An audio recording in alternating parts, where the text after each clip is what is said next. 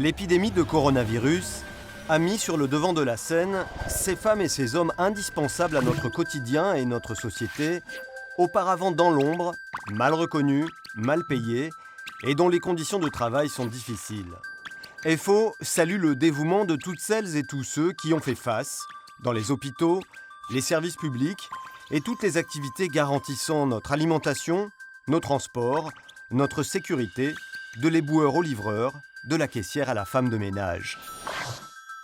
FO a répondu présent tout au long de la crise sanitaire pour accompagner tous les travailleurs de tous les secteurs, comme elle se tient aussi aux côtés des salariés des très petites entreprises, celles de moins de 11 salariés, très fragilisées par la crise.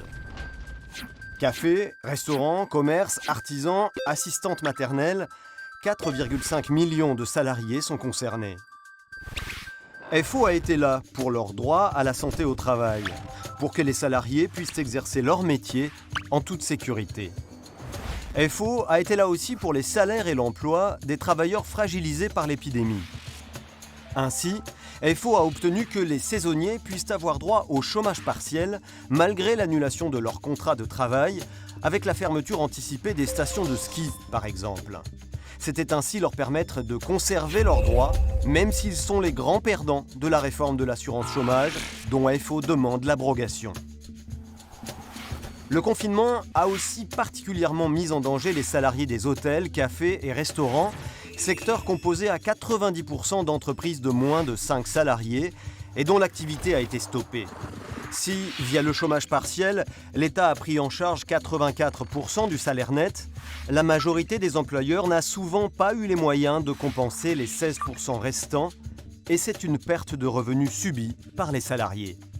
C'est pourquoi, fin mars, FO et les interlocuteurs sociaux de la branche ont mis en place un fonds solidaire de 50 millions d'euros qui permet aux salariés et employeurs d'être exonérés des cotisations santé et prévoyance pour le second trimestre 2020 et ainsi de continuer à être protégés, quelle que soit leur situation. FO a aussi été présente pour les assistantes maternelles en revendiquant un chômage partiel à hauteur de 84% du salaire net, comme les autres salariés, au lieu des 80% décidés. Pour FO, ce sont des salariés à part entière. Parce que comme les salariés des TPE, les assistantes maternelles n'ont pas de comité d'entreprise, FO, via sa fédération FO-FGTA, a décidé de leur donner accès gratuitement jusqu'au 31 décembre à la plateforme Avantage qui offre des réductions sur les loisirs, la maison et la mode. C'est ça aussi l'action du syndicat et ce ne sont là que quelques exemples. FO a été présente pendant la crise sanitaire et le sera après en se battant pour préserver les emplois.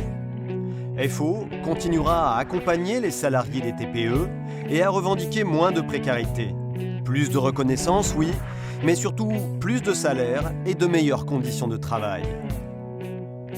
En 2021, les salariés des très petites entreprises et des particuliers employeurs voteront pour élire leurs représentants.